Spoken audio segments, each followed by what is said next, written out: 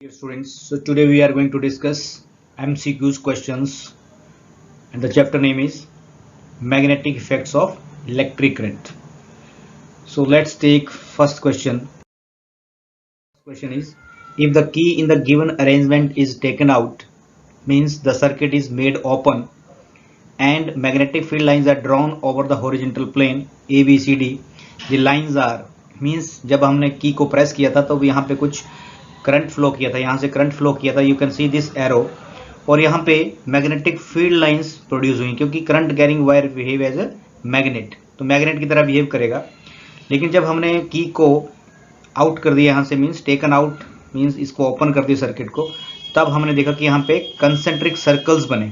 तो इस क्वेश्चन में ऐसा पूछा था कि जब आप इस अरेंजमेंट से की को ले लें, बाहर निकाल देंगे, means we will take this key out, then what will happen? The lines are concentric circles, elliptical in shape, straight lines parallel to each other, concentric circles near the point O, but of elliptical shape as we go away from it. ये देखिए आप, तो यहाँ पे हमारी जो option है that is concentric circles. अगर करंट इस डायरेक्शन, जैसे बैटरी का पॉजिटिव ये है और करंट इस डायरेक्शन में नीचे की तरफ आ रहा है, तो you hold your hand, hold your thumb like this, means कि जो आपका थंब है वो नीचे की साइड दिखे और आपके जो कर्लिंग ऑफ फिंगर्स हैं, ठीक है, तो वो दिखाएंगे आपकी direction of concentric circles of magnetic field lines, ठीक है। तो ये आपका क्लॉकवाइज डायरेक्शन में आपके जो फिंगर्स आएंगे ये क्लॉकवाइज डायरेक्शन में आएंगे। अगर हम बैटरी की पोलैरिटी को चेंज कर देते हैं तो करंट इस डायरेक्शन से जाएगा ऊपर की side, then you will hold your hands, कि आपका जो थंब है वो ऊपर की साइड आएगा, तब आपकी जो मैग्नेटिक फील्ड लाइंस आएंगी उनकी डायरेक्शन जो होगी एंटी क्लॉकवाइज डायरेक्शन होगी, ठीक है।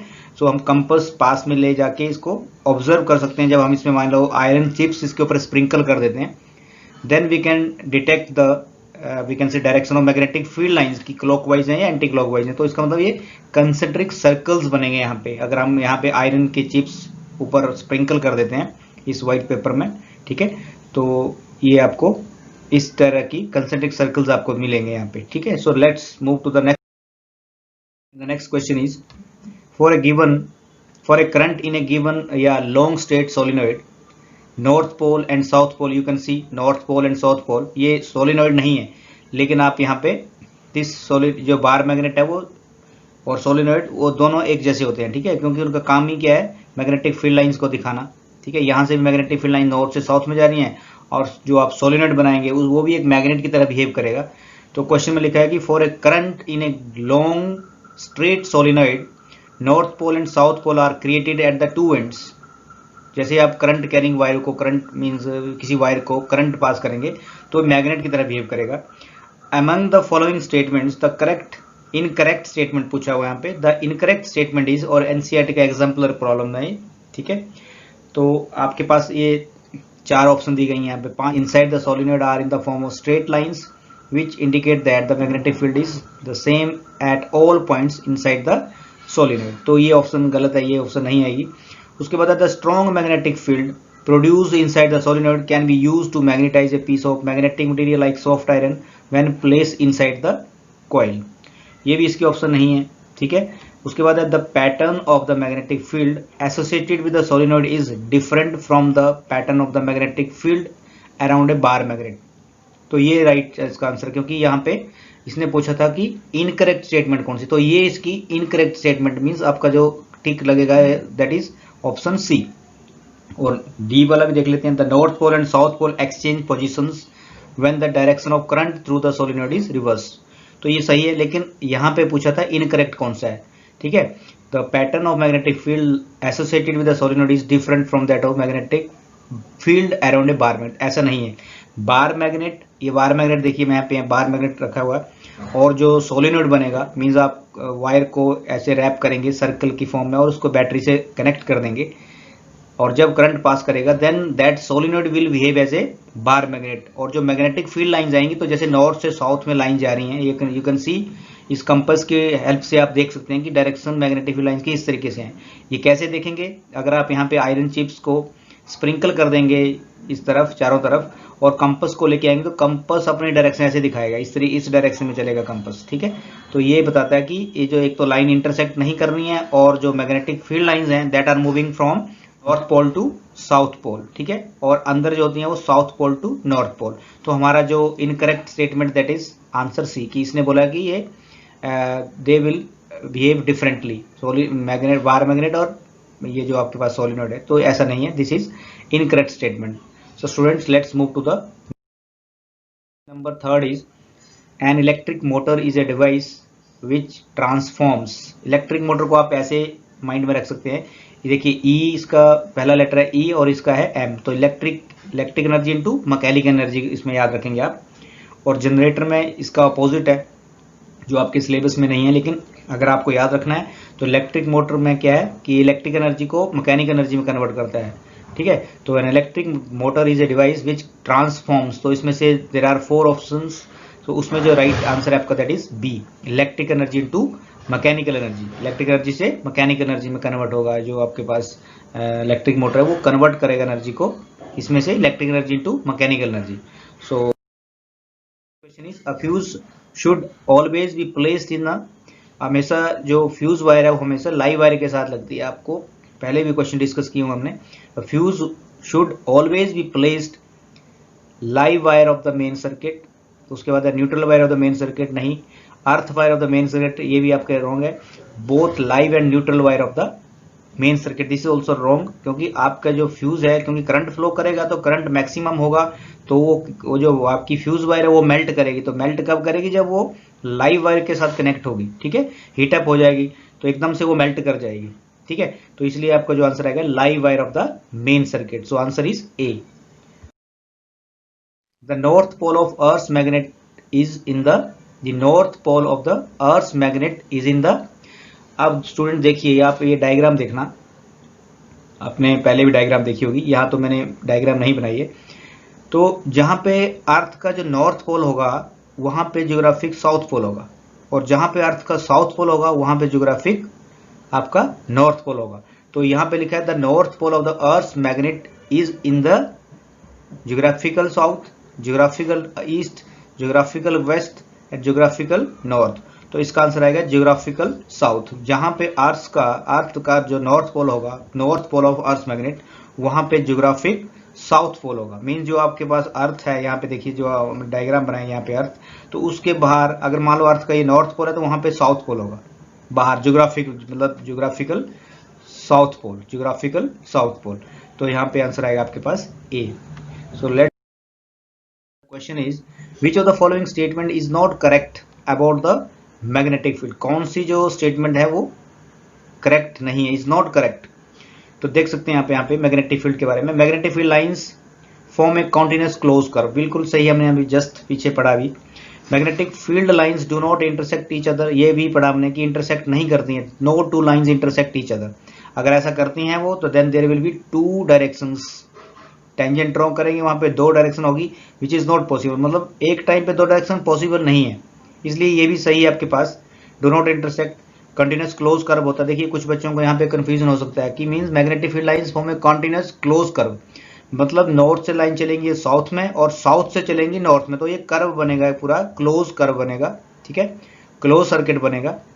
और जो फील्ड लाइंस इलेक्ट्रिसिटी में बात करते हैं तो वहां से पॉजिटिव से चार्ज चलते हैं नेगेटिव में, पॉजिटिव से मैग्नेटिक जो इलेक्ट्रिक चार्ज हैं, जो we can say electric field lines हैं, वो पॉजिटिव से नेगेटिव में चलेंगी, पॉजिटिव चार्ज से नेगेटिव में, लेकिन नेगेटिव से पॉजिटिव में नहीं चलेंगी, ठीक है।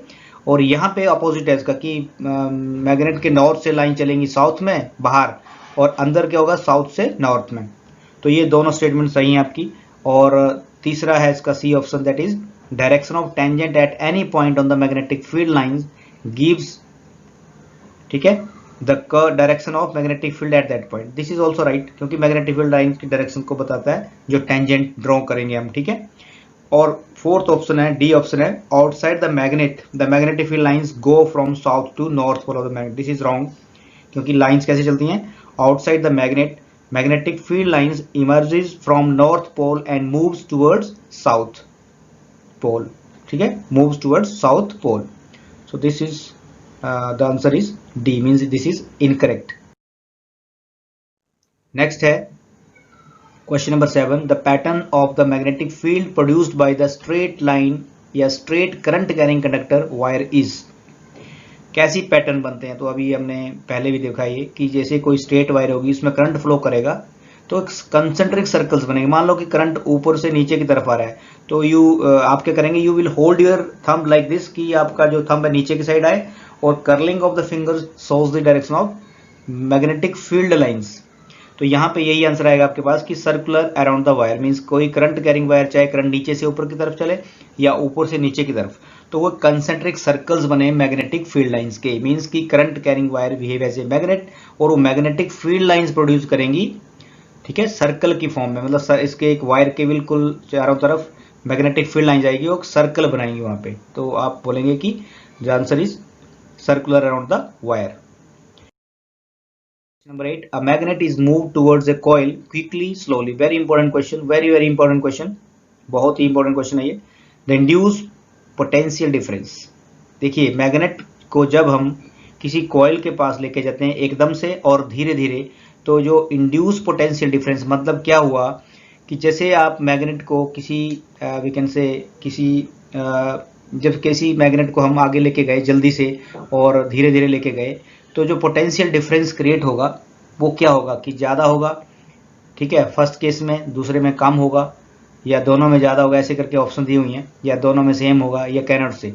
तो इसका जो ऑप्शन है कि फर्स्ट वाले में, more in first then in second, means when magnet is moved quickly more will be the changing magnetic field strength and hence larger is the induced potential difference, ठीक है, क्योंकि जैसे ही मैग्नेटिक फील्ड लाइंस एकदम से पास करेंगी किसी coil के पास, जो कि सपोज करो कि गैल्वेनोमीटर के साथ अटैच है, तो गैल्वेनोमीटर एकदम से डिफ्लेक्शन देगा, मींस इसलिए रिफ्लेक्शन देगा क्योंकि वो इतना सेंसिटिव होता है कि वो एकदम से जैसे करंट आता है तो just change magnetic field change होंगी, तो इसका मतलब मैग्नेटिक फील्ड जो स्ट्रेंथ है वो चेंज होगी, तो एकदम से पोटेंशियल इंक्रीज करेगा, ठीक है। इंड्यूस पोटेंशियल, इंड्यूस का मतलब है कि something will produce without making actual contact, एकदम से वो गैल्वेनोमीटर डिफ्लेक्शन देगा, और एकदम से पीछे लेके जाएंगे तो गैल्वेनोमीटर अपोजिट डायरेक्शन में डिफ्लेक्शन देगा, ठीक है। लेकिन अगर धीरे धीरे लेके आएंगे तो पोटेंशियल धीरे धीरे अपोज मतलब इसमें प्रोड्यूस होगा। तो जो पहले का इसका जो क्वेश्चन नंबर 8 का जो आंसर है that is a, when magnet is move quickly more will be the changing magnetic field strength and hence larger is the induced potential difference. Clear? So this is question number 8. Number 9 is a soft iron bar is inserted inside a current carrying solenoid. The magnetic field inside the solenoid means कि अगर आपके पास एक soft iron है, उसको हम current carrying solenoid के बीच में अंदर रख देते हैं, सोलिनॉइड के बीच में रख देंगे, तो क्या होगा, मींस जैसे उसमें सॉफ्ट आयरन को सोलिनॉइड के अंदर रख देंगे तो होगा क्या, तो क्या लिखा आगे, the magnetic field inside the solenoid will decrease, increase, become zero, will remain the same. So answer है इसका विल इंक्रीज, क्योंकि मतलब magnetic field inside this solenoid will increase the magnetic field strength, मतलब वो क्या होगा, मैग्नेटिक फील्ड जो है उसमें बढ़ जाएगी। तो यही लिखा है इसमें कि the magnetic field inside the solid will increase, क्योंकि मैग्नेट जो सॉफ्ट आयरन है वो क्या है, एक मींस आयरन है, और iron is a good conductor, और एकदम से वो मैग्नेटिक फील्ड लाइंस को अट्रैक्ट करेगा, एकदम से अट्रैक्ट करेगा तो क्या होगा, उसकी स्ट्रेंथ बढ़ जाएगी, मतलब वो एक मैग्नेट की तरह बिहेव करने लगेगा, तो उसमें मैग्नेटिक फील्ड जो इंक्रीज हुई वो भी ऐड हो जाएगी, इसलिए जो आपके पास मैग्नेटिक फील्ड है सोलिनॉइड के अंदर वो इंक्रीज कर जाएगी। So let's move to the last question is a current carrying conductor is held in exactly vertical position. मान लो करंट ऐसे, ये वायर मान लो ऐसे वर्टिकल पोजीशन में ऐसे रखी है आपने, in order to produce a clockwise magnetic field, मतलब आप अपने हैंड को ऐसे रखो कि जो कर्लिंग ऑफ द फिंगर्स है वो क्लॉकवाइज डायरेक्शन में आए, कि in order to produce a clockwise magnetic field around the conductor the current should be pass in the conductor, किस डायरेक्शन में करंट पास करना चाहिए। तो स्टूडेंट देखिए, अगर आप करंट वायर को, एक स्ट्रेट वायर को रखते हैं, जैसे आप जहां बैठे हैं यहाँ से ऊपर की साइड देखिए, स्काई की तरफ देखिए, और वायर को ऐसे होल्ड करिए, ठीक है, और उसको मान लो किसी बैटरी से जोड़ा है, तो ये बोल रहा है कि उसमें जो डायरेक्शन होगी वो कैसी होगी, मीन्स क्लॉकवाइज डायरेक्शन में होगी, तो करंट किस डायरेक्शन से पास होना चाहिए, तो करंट जो है वो फ्रॉम टॉप टू बॉटम होना चाहिए। You hold your hand like this, कि आपका जो थंब है वो नीचे की साइड आए और इसका मतलब करंट जो है वो नीचे की साइड जा रहा है थंब की डायरेक्शन में, स्ट्रेट वायर में, और curling of the fingers automatically आपकी क्लॉकवाइज डायरेक्शन में आ जाएगी। इसका मतलब क्या होगा कि हम कैसे रखेंगे, from top to bottom, current कैसे पास करेंगे from top to bottom. Clear? क्यों करेंगे ऐसा? क्योंकि इसने पूछा ही ऐसा है कि in order to produce a clockwise magnetic field. अगर ये पूछे एंटी क्लॉकवाइज तो आप करंट जो है नीचे से means from bottom to top pass करेंगे, तो ऑटोमेटिकली आपका जो फिंगर्स हैं वो एंटी क्लॉकवाइज डायरेक्शन में आ जाएंगी। So student, this was about these important questions. In the next video we will discuss last year's question answers. ठीक है, important question answer we will discuss. So thank you students, keep watching. Thank you very much.